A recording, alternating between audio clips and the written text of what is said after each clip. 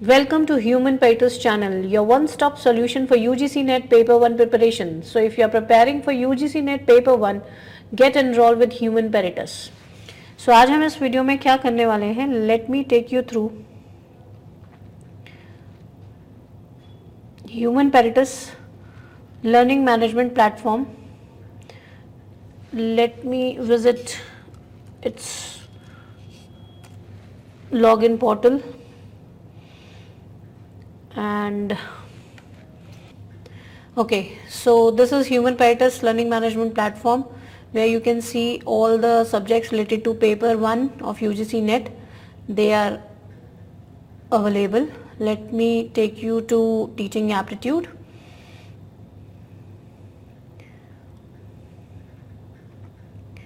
Okay, and in this video today we are going to cover theories of learning, right? So let us go through theories of learning one by one.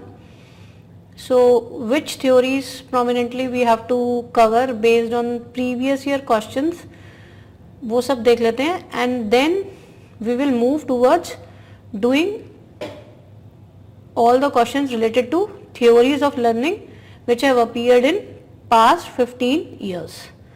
ठीक है? So basically, first of all, let's go to this trial and error theory. Who is the propounder of which theory? We should be knowing this thing, right? So trial and error theory, that is given by Thorndike. Okay, and as the name suggests, trial and error theory क्या होगी कि हम कर करके सीखेंगे. Practice makes a man perfect. So basically Thorndike has introduced 3 primary laws of learning. One is your law of readiness, okay, and another one is law of exercise, which includes law of disuse and use, and the third one is law of effect. तो ये primary laws मैं आपसे के साथ discuss कर लेती हूँ अभी. ठीक है. लॉ ऑफ रेडीनेस बेसिकली ये कहता है कि that is the learner must be keen on learning. ठीक है. He must be motivated and ready to learn. Unless there is motivation, the learning will not take place. Law of exercise कहता है कि अगर हम करते रहेंगे तो हम सीखेंगे, और अगर हम नहीं करेंगे then there will be no learning. So law of use और disuse ये बोलते हैं. Law of effect finally ये बोलता है कि if we get positive results, if we get satisfying results from our action, then the strength of the connection with the stimulus increases. ठीक है. ये होता है law of effect. इसके अलावा there are also secondary laws of learning, जैसे कि आप स्क्रीन पे देख सकते हो. लॉ ऑफ मल्टीपल रिस्पॉन्स और varied reactions, law of attitude है, then law of associative shifting भी है, और लॉ ऑफ एनालॉजी भी है. ठीक है. These are your secondary laws of learning. और कुछ और लॉज ऑफ लर्निंग भी हैं. That is law of primacy, law of intensity, law of partial activity, law of recency. तो जब आप क्लास में आएंगे तो आप देखेंगे कि विद एग्जाम्पल्स हम इनको कैसे अच्छे से समझ सकते हैं.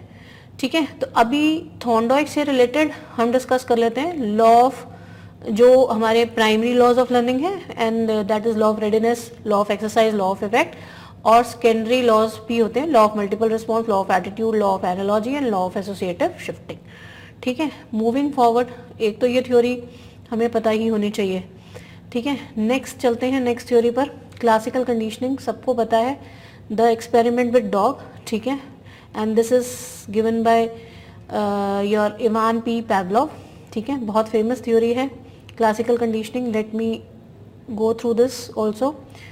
ठीक है. तो इसमें जो the food was introduce to the dog, and the food was called the unconditioned stimulus, and the response by the dog when he started salivating at the sight of the food, that is known as unconditioned stimulus, because there was no need of conditioning, so it automatically happened. So that is why we use the word unconditioned here. Okay.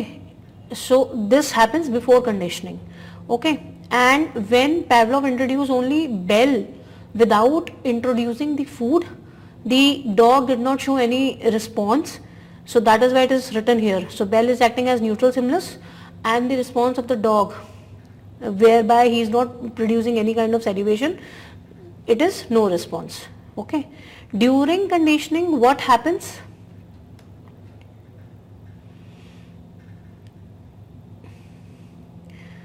So during conditioning, he introduced food and bell simultaneously to the dog, and he kept on repeating this experiment. ठीक है? So now he wanted to condition the response of the dog. So that is why food plus bell here both are introduced to the dog, and dog here also salivated. So this is unconditioned response because the food was also there. That is why he salivated. But when only the bell was rang without the presence of food, dog thereafter also salivated. ठीक है? Now the response of the dog has been conditioned. Okay, and that is why here the bell which is being rung by the experimenter, that is called conditioned stimulus, because it is used to condition the response of the dog without the presence of food which was mainly responsible for producing salivation. ठीक है? तो ये सब हमारे को पता होना चाहिए कि इसमें क्या न्यूट्रल स्टिमुलस है, क्या कंडीशनड है, क्या अनकंडीशनड है, तो ये सब पता होना चाहिए. ठीक है? तो ये जो थ्योरी है this was given by our Pavlov. Operant conditioning में चलते हैं, which is propounded by B.F. Skinner. बहुत अच्छी थ्योरी है ये भी. ठीक है? और ऑपरेंट कंडीशनिंग में हमें क्या पता होना चाहिए बेसिकली, दैट इज दो तरह के बिहेवियर्स जो कि famously given by Skinner, that is desirable behaviour and undesirable behaviour. तो अगर मैं आपको इस डायग्राम से इस चीज को रिप्रेजेंट करें तो बिहेवियर जो डिजायरेबल होता है, which is basically we desire from the learner, that is basically reinforced with the use of positive reinforcement as well as through negative reinforcement. ठीक है? तो पॉजिटिव रीइंफोर्समेंट्स यूज करके और नेगेटिव रीइंफोर्समेंट्स यूज करके हम desirable behaviour को हमेशा promote करना चाहेंगे. और अनडिजायरेबल बिहेवियर जो होता है लर्नर्स के पार्ट पे, that is basically being eliminated with the help of extinction and punishment. ठीक है? तो ये सब हमारे को क्लासिकल कंडीशन ऑपरेंट कंडीशनिंग में B.F. स्किनर के थ्रू जो दी गई है वो पता होना चाहिए. ठीक है? So this is the part of your operant conditioning. अब चलते हैं कॉग्निटिव कंडीशनिंग, जो कि एडवर्ड टॉलमैन ने दी है. ठीक है? और इसमें इन्होंने रैट्स के ऊपर एक्सपेरिमेंट किया था. तो he has taken 3 groups of rat. ठीक है? तो जिसमें कि अगर आप देखेंगे तो यहाँ पर आपको दिख भी जाएगा. ठीक है?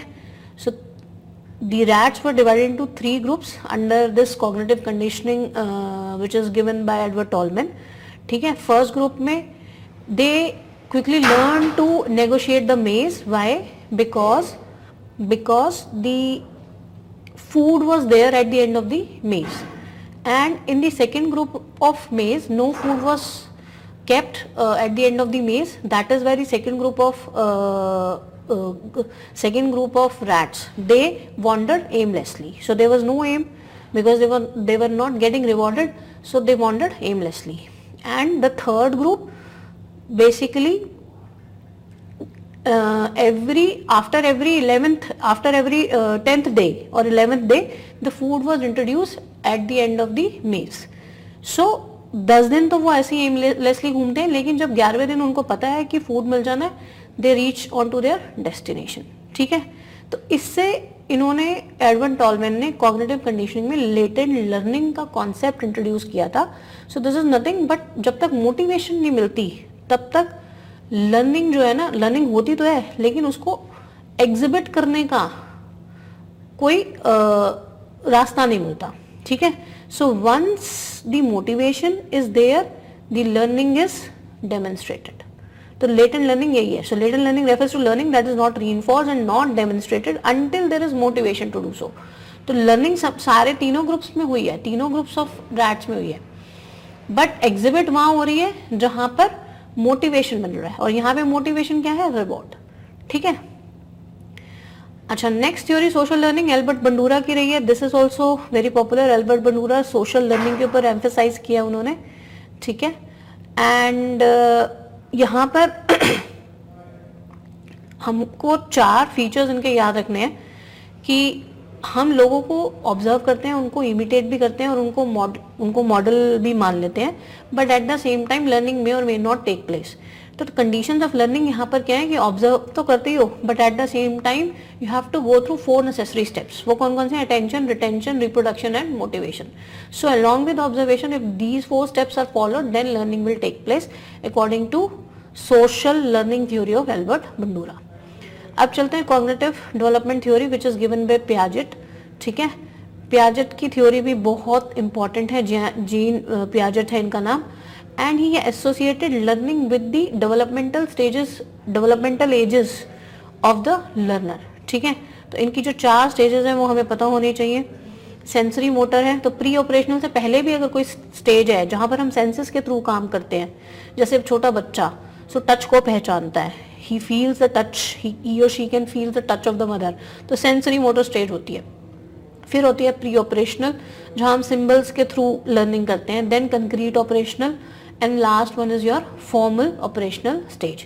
ठीक है, और यहाँ पे थोड़ा एब्स्ट्रैक्ट थिंकिंग भी इन्वॉल्व हो जाती है फॉर्मल ऑपरेशनल स्टेज में. तो how one stage is different from each other and at what age this kind of learning takes place, that is given by your Piaget. ठीक है, अब चलते हैं थ्योरी ऑफ मल्टीपल इंटेलिजेंस. ये भी बहुत simple theory doctor Harvard gardener ने दी है, और उनके according basically people, no two people are same, no two learners are same, so they have different type of intellectual competencies.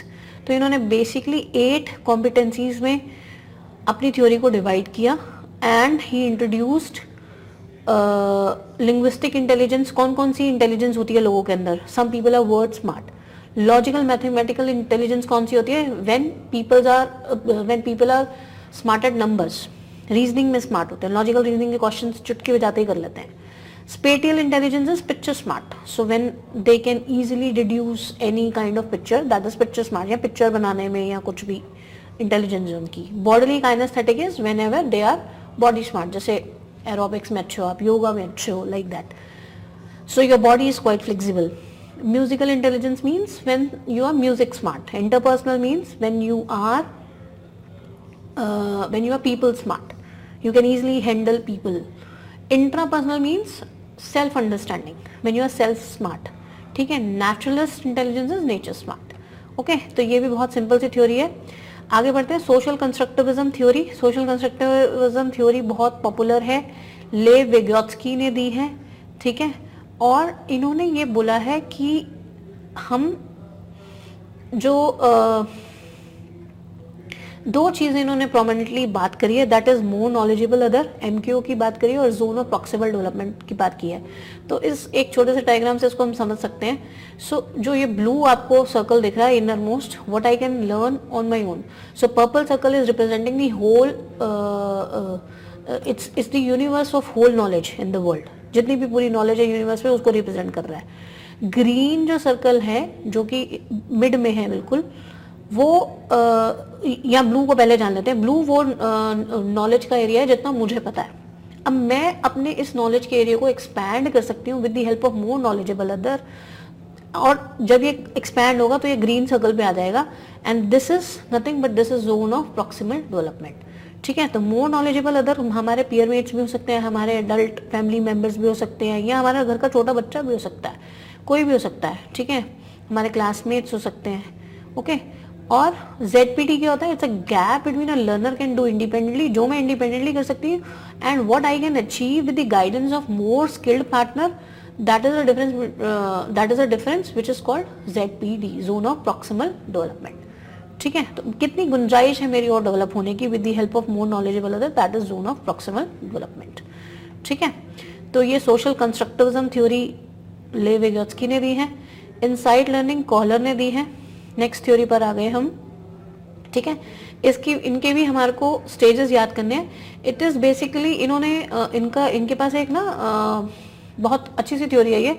मेरे को इसको पढ़ते हुए बहुत मजा आया था. इनका जो था चिंपैंजी था इनके पास, जिसका नाम था सुल्तान.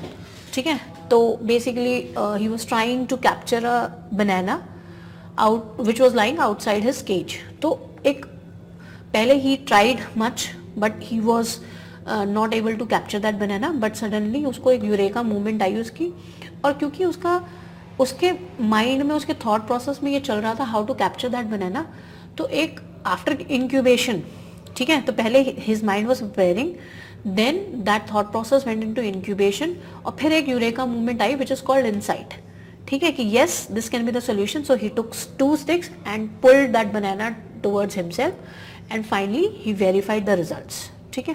तो ये 4 स्टेजेस की कॉलर की थ्योरी है, ये हमें पता होनी चाहिए। आगे चलते हैं कंस्ट्रक्टिविस्ट थ्योरी। अब देखो सोशल कंस्ट्रक्टिविज्म जो दिया है वो लेव विगोत्स्की ने दी है, तो ब्रूनर की जो कंस्ट्रक्टिविस्ट थ्योरी है that is also inspired by लेव विगोत्स्की सोशल कंस्ट्रक्टिविज्म थ्योरी, ठीक है। तो एक बार इसको भी ओपन करके देख लेते हैं हम। सो इनके प्रोपाउंडर कौन है? ब्रूनर, और ये इन्होंने फॉलो किया है लेव विगोत्स्की को, ठीक है। और इन्होंने भी 3 स्टेजेस दिए हैं अपनी थ्योरीज में, inactive mode, iconic mode and symbolic mode, ठीक है। तो मूवमेंट एंड एक्शन के थ्रू जब लर्निंग हो रही है that is your inactive mode, iconic is images और आइकन्स फॉर्म करते हैं हम अपनी परसेप्शन में, अपने माइंड में, और सिंबॉलिक होती है एब्स्ट्रैक्ट सिंबल्स, ठीक है। तो ये ब्रूनर की थ्योरी थी।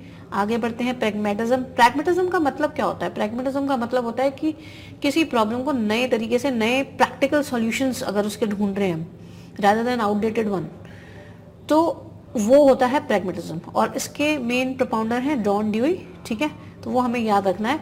तो thinking any problem with practical solutions that is your pragmatism, ठीक है, ये हमें पता होना चाहिए। तो इन्होंने डेमोक्रेटिक वैल्यूज के ऊपर भी काफी एम्फेसाइज रहा है इनका, वो हमें पता होना चाहिए। हायरार्की ऑफ नीड्स, अगर आप HROB के स्टूडेंट रहे हैं तो आपने पढ़ी होगी, इब्राहिम मैस्लो की थ्योरी का यहाँ भी यूजेज है, और 5 नीड्स उन्होंने हायरार्किकल फॉर्म में दी हैं, ये हमें पता है, ठीक है, या पता होना चाहिए। अगर नहीं पता तो इब्राहिम मैस्लो को पढ़ लीजिए। और इसमें फिजियोलॉजिकल नीड्स होती हैं जो कि रोटी कपड़ा मकान को दर्शाती हैं, सेफ्टी नीड्स होती हैं, देन सोशल नीड्स होती हैं यानी कि sense of belongingness to others, then esteem needs that is status को लेकर जो हमारी होती है कि हमारी एक रुतबा होना चाहिए, एक रेपुटेशन होनी चाहिए, and then self actualization is achieving that what we desire, ठीक है। तो अपने अगर जब हम सपने पूरे करने की तरफ बढ़ते हैं that is your self actualization need, ठीक है। तो इसमें क्या क्या ऑर्डर रहता है? Generally physiological and safety needs जो है वो लोअर ऑर्डर नीड्स होती हैं, और सोशल एस्टीम और self actualization they are higher order needs, ठीक है, ओके। और higher order needs internally satisfy की जाती हैं, whereas lower order needs आपके एक्सटर्नली सेटिस्फाई होती है, ठीक है। आगे चलते हैं, psycho social development, Erik Erikson. इसकी थ्योरी भी आपको अच्छे से समझनी होगी क्योंकि इसमें भी काफ़ी सारी स्टेजेस हैं, ठीक है। एरिक एरिसन दिया साइको सोशल डेवलपमेंट। एक तो ये थ्योरी भी एज को रिफ्लेक्ट करती है, और कुछ 8 स्टेजेस इन्होंने लेकर आए हैं, और जिसमें बताया है कि जैसे 0 to 1 ईयर में बच्चा होता है, जब छोटा सा इन्फेंट सा बच्चा है, तो ट्रस्ट वर्सेस मिसट्रस्ट की गेम हो रही है। तो 2 एक्सट्रीम्स को हर एक स्टेज में इन्होंने बताया है, ट्रस्ट वर्सेस मिसट्रस्ट, कि जब उसको लगता है कि उसका केयर गिवर उसको अच्छे से सपोर्ट कर रहा है, सब कुछ कर रहा है, तो he develops a trust, otherwise he develops a mistrust, ठीक है। ऐसे ही थोड़ा सा बच्चा और बड़ा होगा तो 1 to 3 ईयर्स की स्टेज में ऑटोनॉमी वर्सेस शेम और डाउट का खेल हो जाता है। 3 to 6 ईयर्स में प्लानिंग की तरफ बढ़ते हैं, स्किल डेवलपमेंट की तरफ बढ़ते हैं, तो initiative versus guilt. So if the child gets the support then everything falls into place और सब कुछ पॉजिटिव हो रहा है, ठीक है। तो जब सब कुछ सपोर्ट मिल रहा है तो पॉजिटिव हो रहा है, अगर उसको नहीं आगे बढ़ावा मिल रहा या उसको हम डिस्करेज कर रहे हैं तो ही इज मूविंग टुवर्ड्स और he is developing negative outcomes, ठीक है। Industry versus inferiority, identity versus role confusion, intimacy versus isolation तब की बात है जब हम यंग होते हैं, यूथ में होते हैं, 19 to 29 की एज में। Generativity versus stagnation, and finally ego integrity versus despair. तो ये आपकी स्टेजेस हैं, और इसमें थोड़ा सा हमें ये भी पता होना चाहिए, जैसे जनरेटिविटी वर्सेस स्टैग्नेशन हम कहाँ डेवलप करते हैं? मिडिल एडल्टहुड में। अर्ली एडल्टहुड में इंटीमेसी वर्सेस आइसोलेशन, ठीक है। तो ये सब हमें पता होना चाहिए कि कौन सी स्टेज कौन सी एज को रिफ्लेक्ट कर रही है। कई बार क्वेश्चन आया हुआ है इसके ऊपर, okay. Let me put password again, and your last theory जो हमें करनी है वो भी देख लेते हैं, moral development which is given bye Kohlberg, ठीक है। इन्होंने भी अपनी थ्योरी को स्टेजेस में डिवाइड किया है, और हर एक स्टेज को 2 सब स्टेजेस में डिवाइड किया है। So there are 3 levels and each level is divided into 2 stages. So level 1 is pre conventional, ठीक है, जब हम औरों को देखकर अपने मॉरल वैल्यूज़ को फिक्स करते हैं, ठीक है। सो प्री कन्वेंशनल लेवल में हमारा कुछ पर्सनल कोड ऑफ मोरालिटी नहीं होता। Whatever we see around, जो हम एडल्ट्स को करते हुए देखते हैं कि अगर अच्छा कर रहे हैं, उनको रिवॉर्ड मिल रहा है, तो we will start following that, ठीक है। तो ये सब हमारा होता है प्री कन्वेंशनल मोरालिटी में। Obedience and punishment orientation, individualism and exchange. Conventional morality में basically we internalize the moral standards of adult role models which are valued by us, ठीक है। एंड बेसिकली जो हमारे रूल्स होते हैं, जो हमारी लाइफ के रूल्स होते हैं, वो कहाँ से फिक्स होते हैं? The group to which we belong, ठीक है। और इसमें गुड इंटरपर्सनल रिलेशनशिप्स आती हैं, मेंटेनिंग द सोशल ऑर्डर आता है, और पोस्ट कन्वेंशनल में हमारे खुद के रूल्स होते हैं। अगर हमें जो सही लगेगा हम वही करेंगे, ठीक है। तो भले ही अगर उसके लिए मुझे लॉ के अगेंस्ट भी जाना पड़ रहा है, so in order to save justice, जो मुझे लग रहा है कि ये न्याय हो रहा है, तो वो हम खुद के प्रिंसिपल्स डेवलप कर लेते हैं। सो सेल्फ चूजन प्रिंसिपल्स होते हैं पोस्ट कन्वेंशनल मोरालिटी में, ठीक है। तो ये सब थ्योरीज हमें मिनिमली करनी है, ठीक है। इनके ऊपर फ्रीक्वेंट क्वेश्चंस आते हैं। अब हम लास्ट 15 ईयर के जो क्वेश्चंस हैं इन थ्योरीज से रिलेटेड वो चेक कर लेते हैं एक एक करके, ठीक है। सो थ्योरीज ऑफ लर्निंग PYQs कर रहे हैं हम, ठीक है, प्रीवियस ईयर क्वेश्चंस।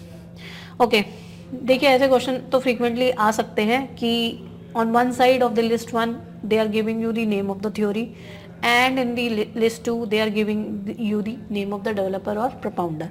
तो अगर इनमें से एक आधा भी हमें याद है तो उससे कैप्चर करने की कोशिश करते हैं। सोशल लर्निंग थ्योरी जो है वो एल्बर्ट बंडूरा ने दी है, ठीक है। या क्लासिकल कंडीशनिंग अगर आपको याद हो तो इवान पैवलोव, जो डॉग वाला एक्सपेरिमेंट है, सबको पता है, यूजुअली सबको पता है जो UGC नेट पेपर 1 की तैयारी कर रहे हैं, या वैसे तो ये OB में भी आती हैं लर्निंग थ्योरीज, ठीक है।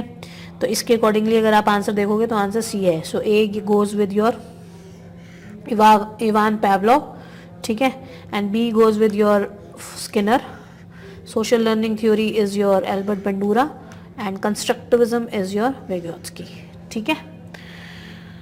आगे बढ़ते हैं। Which of the following are the secondary laws of learning. तो जब मैंने आपको थॉर्नडॉय का ट्रायल एंड एरर थ्योरी दिखाई थी तो बताया था कि उसमें प्राइमरी और सेकेंडरी लॉज हैं। तो सेकेंडरी हमारे कौन कौन से हैं? Law of multiple response, law of associative shifting और लॉ ऑफ एनालॉजी, ठीक है। तो आई गेस ABD इसका आंसर होना चाहिए, ठीक है। तो law of multiple response, associative shifting और लॉ ऑफ एनालॉजी हमारे ये सेकेंडरी लॉज हैं और ये हमारे प्राइमरी लॉज हैं, ठीक है। Sorry, this is your secondary law, this is your primary law, this is again your secondary law, this is your primary law. तो law of effect, law of exercise जो है वो along with law of readiness वो आपके primary laws of learning में आएंगे, ठीक है। According to the principle of associationism of mental operation, which law states that one idea leads to another because in the past they have occurred together in terms of either time or space. तो ये इसका answer मैं बता देती हूँ पहले। Law of कंटिग्यूटी है। तो लॉ ऑफ कंटिग्यूटी का बेसिक मतलब ये होता है कि जब पास में कोई दो ऑपरेशंस इकट्ठे हुए होते हैं टाइम और स्पेस में, इकट्ठे टाइम और स्पेस में होते हैं, तो वो हमारे माइंड में इम्प्रिंट हो जाते हैं, ठीक है। उनको रिकॉल करना इसलिए आसान हो जाता है क्योंकि एक एसोसिएशन फॉर्म हो जाती है, ठीक है। So in the past they have occurred together in terms of either time और स्पेस। सो इसको बोलते हैं लॉ ऑफ कंटिग्यूटी। तो इसका आंसर है ऑप्शन D। आगे बढ़ते हैं। According to Vygotsky, learning occurs through social interaction and collaboration. Yes, मैंने आपको वो जो ZPD वाला और स्कैफोल्डिंग वाला बताया है, विगोत्स्की की थ्योरी वही है। तो जब हम मोर नॉलेजेबल अदर से सीखते हैं तो डेफिनेटली जो हमारी लर्निंग है वो एम्पावर होती है, ठीक है। And we learn through social interaction and collaboration with people. According to Vygotsky, scaffolding involves providing the student with all the answers and solution to a problem. एक चीज scaffolding में हमेशा जान लीजिए, scaffolding होती है help by more knowledgeable other, MKO, ठीक है, MKO। So जो scaffolds होते हैं, जो scaffolds क्या होते हैं? जो हम structures use करते हैं ना कई बार घर बनाने में, so that is scaffold। तो वो हमें help कर रहे हैं ऊपर तक जाने में या घर बनाने में। They themselves are not making house for us. The more knowledgeable will always give us the help to empower our learning.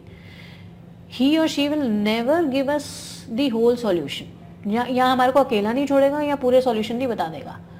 They will always hint us towards the betterment of the answers, या अच्छे मतलब अच्छे answers तो होंगे eight the same time कि आप कैसे answers तक रीच कर सकते हो. That is the purpose of scaffolding. ठीक है, ओके. तो इसका आंसर है statement 1 is true but the statement 2 is false. Why false? क्योंकि स्कैफोल्डिंग कभी भी सारे आंसर्स नहीं बताते हैं. स्कैफोल्ड जो होता है हमारा, या जो भी हमारा मोर नॉलेजेबल अदर होता है, that does not tell us all the answers and solutions to a problem. It will always help us in reaching to the answers and solutions. ठीक है, कि probing करेगा या elaborate करने को बोलेगा, और बताओ like this. ठीक है, तो जो भी क्लास में अगर कोई क्वेश्चन आंसर राउंड हो रहा है, क्विजेज हो रही हैं, तो these act as scaffolds by the teacher. ठीक है, ताकि लर्नर्स की लर्निंग को एम्पावर किया जा सके. Next, Which of the following are examples of scaffolding? अब आप खुद से देख लो scaffolding के examples. Providing hints and clues to solve a problem. तो if I am giving you hint, I am giving you clue as a teacher, then that is a scaffolding. But whole together, मैं सारा answer बता दूँ, solution बता दूँ, that is never a scaffolding example. ठीक है, या if I allow my students to figure out the problems on their own, no. Scaffolding में help लगती है. ठीक है, so this is a better example. This is not the example. B option example नहीं है. Providing the students with all the answer, अभी हमने देखा ये भी स्कैफोल्डिंग नहीं है. Asking leading questions to guide, so guide करना, डायरेक्ट करना, that is always the part of scaffold. ठीक है, इसीलिए इसका आंसर रहेगा ए एंड डी. ठीक है. Rahul was trying to solve some mathematics problems related to trigonometry. He tried many times, but he failed. His teacher helped him, which led him to follow right approach, and he succeed to solve these problems. So right help at the right time, that is nothing but scaffolding. और इसको हम ये किसके अंदर पढ़ते हैं, किससे related पढ़ते हैं? Zone of proximal development. हमारा जोन ऑफ प्रॉक्सिमल डेवलपमेंट बढ़ रहा है. जितना हम जानते हैं इंडिपेंडेंटली, जितना हम खुद से कर सकते हैं इंडिपेंडेंटली, उस जोन को बढ़ाकर with the help of more knowledgeable other, that is called zone of proximal development. ठीक है. So Jasmine in chemistry practical class used a 5 ml pipette during her practical exam, but the reading was not correct. When she got frustrated, her friend Ranjita guided her to hold the pipette correctly and drop chemical properly. Now she succeeded and got desired results. Again same question है, इसलिए मैंने दिखाया कि देखिए अलग अलग उसमें exam में आ रखा है. यस, ये मार्च 2023 का है, और लास्ट वाला भी देख लेते हैं हम. ये भी 24 मार्च 2023 इवनिंग में हुआ है, और ये 28 मार्च 2023 इवनिंग में सेम क्वेश्चन आ रखा है. तो जोन ऑफ प्रॉक्सिमल डेवलपमेंट इसका आंसर है. ठीक है, आगे बढ़ते हैं. Which of the following is a technique to provide right kind of support in right amount. So exactly अगर आप देखोगे तो स्कैफोल्डिंग की डेफिनेशन यही दी हुई है. Right kind of support in right amount at right time to increase child's competence या to empower learning, that is called your scaffolding. ठीक है. The theory of zone of proximal development was proposed by Vygotsky. ठीक है. अब देखो ये करने का फ़ायदा क्या है? ये करने का फ़ायदा ये है कि हमें क्वेश्चंस के साथ साथ ऐसे क्वेश्चंस लर्न भी हो जाते हैं. अभी विगोत्स्की के बारे में 4-5 क्वेश्चन पढ़ लिए तो हमें याद हो गया कि भैया ये जो थ्योरी है ये विगोत्स्की ने दी है, इसमें 2 चीज़ें प्रोमिनेंटली पता है होनी चाहिए, zone of proximal development, scaffolding. तो ये बेसिक चीज़ें तो हमें इस थ्योरी से रिलेटेड पता होनी चाहिए. आगे बढ़ते हैं. Vygotsky emphasize a significant role played by adults and more abled peers in children learning. अब ये मोर नॉलेजेबल अदर सिर्फ टीचर्स और एडल्ट्स नहीं हो सकते, कोई भी हो सकता है. हमारे पीयर्स हो सकते हैं, छोटा बच्चा भी हो सकता है जिसको हमसे ज़्यादा पता है, वो हमें हेल्प करेगा, हमें गाइड करेगा. ठीक है, तो कोई भी हो सकता है. Zone of proximal development is the area where the child solves a problem alone without the help of others. अब ये स्टेटमेंट गलत है, ये स्टेटमेंट सही है. क्यों ऐसा है? क्योंकि मैंने आपको बताया जोन ऑफ प्रॉक्सिमल डेवलपमेंट एक ऐसा एरिया है जहाँ पर मोर नॉलेजेबल अदर की हेल्प से student can solve a problem. ठीक है, तो इसीलिए इसका आंसर रहेगा आपका statement 1 is correct but statement 2 is incorrect. ठीक है. जॉन पियाजेट की थ्योरी आ गई आपकी. There are how many stages of cognitive development. तो जॉन पियाजेट ने जो मैंने आपको स्टेजेस दिखाई थी, तो दैट इज योर 4. ठीक है, 4 स्टेजेस हैं जिसमें अभी आएगा जैन पैजेंट के और भी क्वेश्चंस आएंगे, उसमें आपको रिकग्नाइज हो पाएगा कि जैन पैजेंट की कौन सी थ्योरी है कॉग्निटिव डेवलपमेंट वाली। ठीक है, अब ये देखिए आपको स्टेजेस से याद आ गया, concrete operational stage, pre operational stage, sensory motor stage, however they are not in correct order, we have to put them in ascending order. तो पहले तो असेंडिंग ऑर्डर में लाना। तो मैंने आपको बताया था कि प्री ऑपरेशन, हालांकि ये साउंड करता है कि प्री ऑपरेशन सबसे पहली होगी, बट प्री ऑपरेशनल से पहले भी जो सेंसिटिव मोटर होता है, जो छोटा बच्चा होता है माँ को सेंसेस के थ्रू पहचानता है, so that is sensory motor stage. ठीक है, तो सी वाला ऑप्शन आपको बी में ही दिखेगा, बाकी भी देख लीजिए। फिर आएगा आपका प्री ऑपरेशनल, फिर आएगा concrete operational, and then last में इसका रहेगा फॉर्मल ऑपरेशनल, जहाँ पे एब्स्ट्रैक्ट थिंकिंग की तरफ बढ़ते हो आप। ठीक है,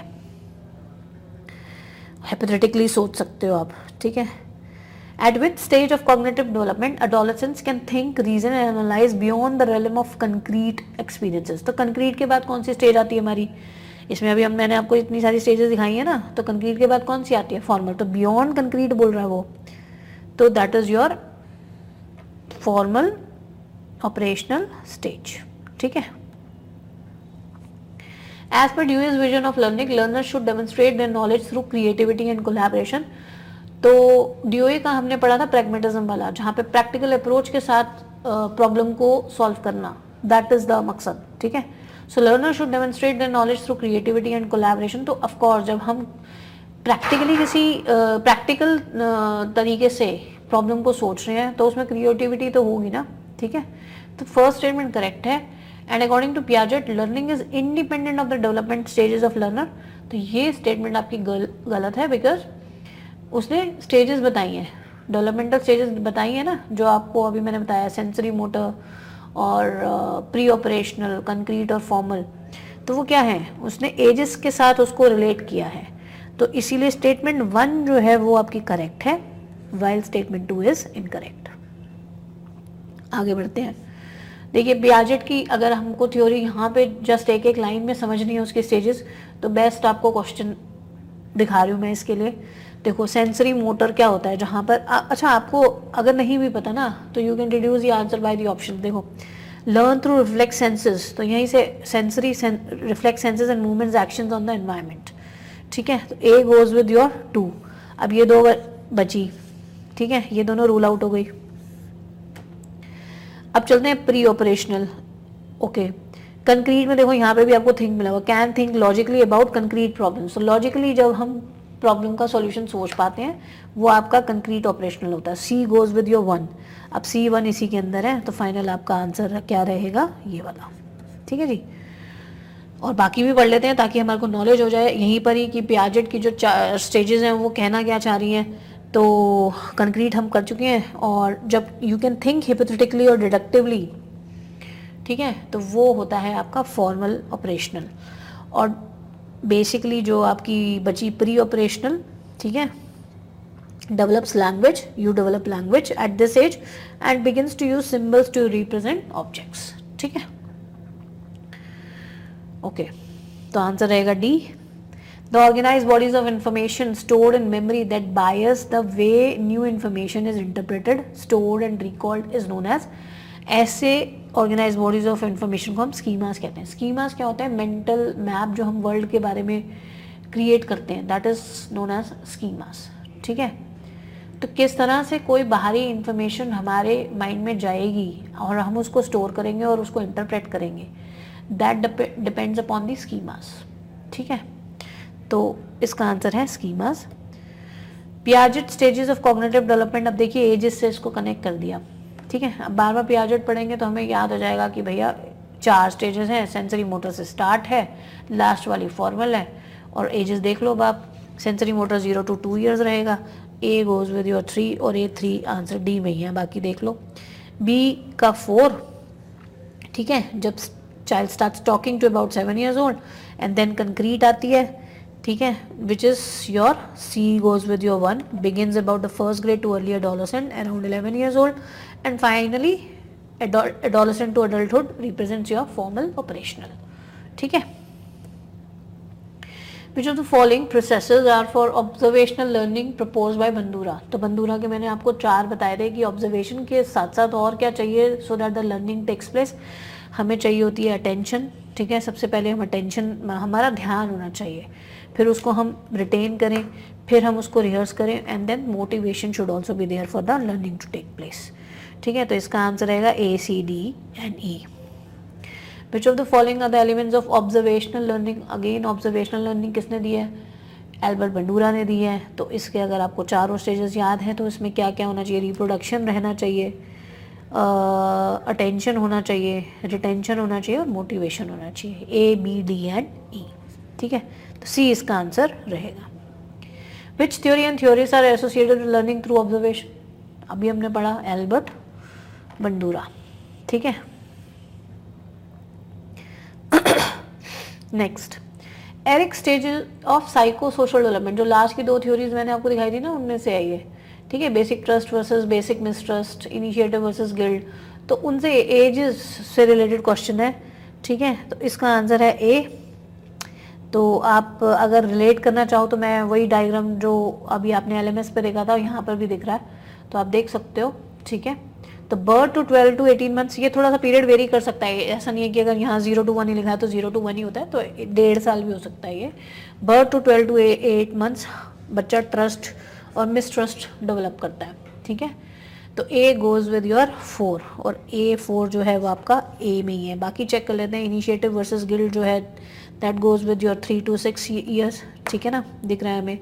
उसके बाद इंटीमेसी हम कब डेवलप करते हैं? यंग एडल्टहुड में, ये रहा। और लेट एडल्टहुड में ईगो, इंटीग्रिटी वर्सेस डिस्पेयर, ठीक है जी। This is how it goes with option A. Okay, Erikson stages of psychological development, basic trust. Again अब देखिए एजेस ना देकर उनका इलस्ट्रेशन दे दिया है साथ में, उसको आपको रिलेट करना है। तो फिर से एक बार डायग्राम के थ्रू ही कर लेते हैं, ठीक है। तो देखिए आंसर तो सी है, बट ठीक है एक बार देख लेते हैं। Basic trust versus basic mistrust, तो ये फीडिंग के दौरान, फीडिंग जब बच्चा दूध पीने वाला बच्चा होता है दैट इज फीडिंग, ठीक है। So A goes with your 4th, तो ए 4th आपका सी में ही है। तो B goes with your 3rd, schooling, industry versus inferiority, ठीक है। एंड इंटीमेसीज वर्सेस आइसोलेशन में लव रिलेशनशिप्स इलस्ट्रेट होते हैं, ठीक है। और this is your intimacy versus isolation. And finally your generativity versus stagnation is your parenting और mentoring, ठीक है। तो आंसर है C. Which aspect indicates to be the most relevant in decision making process according to Kohlberg's theory of moral development? सबसे last वाली जो theory हमने देखी थी, तो इसका आंसर है डिसीजन मेकिंग प्रोसेस में कौन सा एस्पेक्ट इंडिकेट करता है most relevant? So most relevant in decision making process, तो ये है how the child arrives eight conclusion, कि क्या सही है क्या गलत है। बेसिकली मॉरल डेवलपमेंट की थ्योरी का पर्पस ही यही है, ये बताना कि एक इंसान सही गलत की पहचान कैसे करता है, ठीक है। So how the child arrives eight conclusion, this is the most relevant thing, ठीक है, in the decision making process. Okay, तो आप देख सकते हो ये मॉरल डेवलपमेंट की जो कोहलबर्ग की मैंने आपको डायग्राम दिखाया था एलएमएस पे, ठीक है। Okay, who among the following propose theory of multiple intelligence? बहुत इजी सा क्वेश्चन है, इसका आंसर है हार्वर्ड गार्डनर। आंसर है D. According to the theory of multiple intelligence, the ability to perceive the visual and spatial world accurately pertains to which human ability? तो theory of multiple intelligence से question उठ के आया, visual और spatial वाला बताना है। तो आंसर देखो आपको पता भी है, यहाँ पे लिखा है विजुअल एंड स्पेटियल, तो स्पेटियल, ठीक है। Which of the following need strengths in Maslow's hierarchy are related to higher order learning? ठीक है, तो अगर अब इसमें हायर ऑर्डर में 2 दी हुई है, तो आपको नीचे वाली 3 छोड़नी है और ऊपर वाली 2 पिक कर लीजिए। तो इसमें आपका आंसर रहेगा esteem needs and need for self actualisation, ठीक है। 4th एंड 5th, बाकी तीनों लोअर हो गई, ठीक है। For promoting competence and excellence in and through education, which of the needs of the Maslow hierarchy has to be addressed? मुझे competence चाहिए, एक्सीलेंस चाहिए in and through education, which of the following Maslow hierarchy की कौन सी need की बात हो रही है? तो इसका आंसर है आपका नीड फॉर सेल्फ एक्चुअलाइजेशन, ठीक है। तो सपने पूरे करना, गोल्स को अचीव करना, that is nothing your need for self actualisation, ठीक है, अपने सपने पूरे करना, ठीक है। The stimulus which does not require any conditioning. अब देखो क्वेश्चन में ही कई बार हिंट मिल जाता है, नहीं भी थ्योरी पता, नहीं भी कई बार कंफ्यूजन हो जाती है। स्टिमुलस, पहली बात तो स्टिमुलस की बात हो रही है तो रिस्पॉन्स तो नहीं होगा इसका answer. Stimulus which does not require any conditioning, जिसमें कंडीशनिंग की जरूरत नहीं है for desired behaviour, that is called your unconditional stimulus. ठीक है ना, आंसर रहेगा A. In learning classical conditioning effects are an example of, तो जब मैंने आपको टाइप्स ऑफ मेमोरी वाले में PYQs करवाए थे तो आपको याद होगा हमने पढ़ा था कि इम्प्लिसिट मेमोरी में क्लासिकल कंडीशनिंग उसका टाइप होता है, तो इसका आंसर है ए, इम्प्लिसिट मेमोरी। ठीक है, तो वो वाला वीडियो आप रेफर करेंगे तो आपको पता चल जाएगा, मैंने पूरा एक्सप्लेन किया था आपका लॉन्ग टर्म मेमोरी में जब एक्सप्लेन किया था। ठीक है, so below are given two sets which specifies the 4 behavioral modification techniques। तो एक सेट में behavioral modification technique है और दूसरे में उसके एग्जाम्पल है। तो पॉजिटिव रीइंफोर्समेंट क्या होता है और नेगेटिव रीइंफोर्समेंट क्या होता है। अच्छा, अगर कुछ भी नहीं पता तो सबसे पहले पनिशमेंट देख लो। पनिशमेंट सबको पता है कि अगर थप्पड़ पड़ गया क्लास में तो क्या है, पनिशमेंट है ना। ठीक है, तो painful or aversive stimulus is presented to stop the occurrence of behavior। चाटा पड़ गया क्लास में तो C का 2 रहना चाहिए, तो C का 2 इन दोनों ऑप्शंस में है, तो ये दोनों तो गए बाहर। ठीक है, अब पढ़ते हैं आगे इसी क्वेश्चन में। ओके, अब एक्सटिंक्शन देख लो। अब ये देखो दोनों सेम दिख रहे हैं। Behaviour increases in frequency after the removal of the stimulus, behaviour increases in frequency after the presentation. तो जब भी प्रेजेंटेशन ऑफ स्टिमुलस रहेगी और बिहेवियर इंक्रीज होगा वो पॉजिटिव रीइंफोर्समेंट है आपकी, ये नेगेटिव इन्फोर्समेंट है। ठीक है, क्योंकि हम स्टिमुलस को रिमूव कर रहे हैं। ठीक है, so A goes with your 4 and B goes with your 3। तो अब आप देख सकते हो इसका आंसर रहना चाहिए सी। तो बाकी जो बचा extinction, withdrawal of pleasant stimulus और application of an aversive stimulus to stop the behaviour. ठीक है, learning in which a new behaviour is acquired but is not demonstrated until reinforcement is provided is known as. जब तक reinforcement नहीं दे रही हो रही या मोटिवेशन नहीं है तब तक लर्निंग एग्जिबिट नहीं हो रही। लर्निंग तो हो रही है लेकिन लर्निंग को एग्जिबिट नहीं किया जा रहा, तो उसको क्या बोलते हैं, latent learning. Relationship in which a less experienced learner acquires knowledge and skills under the guidance of an expert is known as। अच्छा, जो ये more knowledgeable अदर और जो मैंने आपको विगोत्स्की की थ्योरी बताई इसको याद कर लीजिए। इसको कॉग्निटिव अप्रेंटिसशिप भी कहते हैं। हमेशा देखो ना अप्रेंटिसशिप में क्या होता है, अप्रेंटिसशिप एक स्किल ट्रेनिंग है जहाँ पर हमारा जो लर्नेड होता है, जो मेंटोर होता है, हम उससे वो पर्टिकुलर स्किल या क्राफ्ट सीखते हैं। ठीक है, तो इसलिए उसको कॉग्निटिव अप्रेंटिसशिप भी बोला जाता है। Relationship which a less experience learner acquires knowledge and skills under the guidance of an expert is known as cognitive apprenticeship. ठीक है, इसका आंसर है ए। तो चलिए फ्रेंड्स, आज के लिए बस इतना ही। ऐसे सभी वीडियोस को देखने के लिए सब्सक्राइब कीजिए ह्यूमन पैराडाइज के यूट्यूब चैनल को और बेल आइकन दबाना मत भूलिएगा, so as you get the notification of any latest video from the Human Paradise. Thank you so much.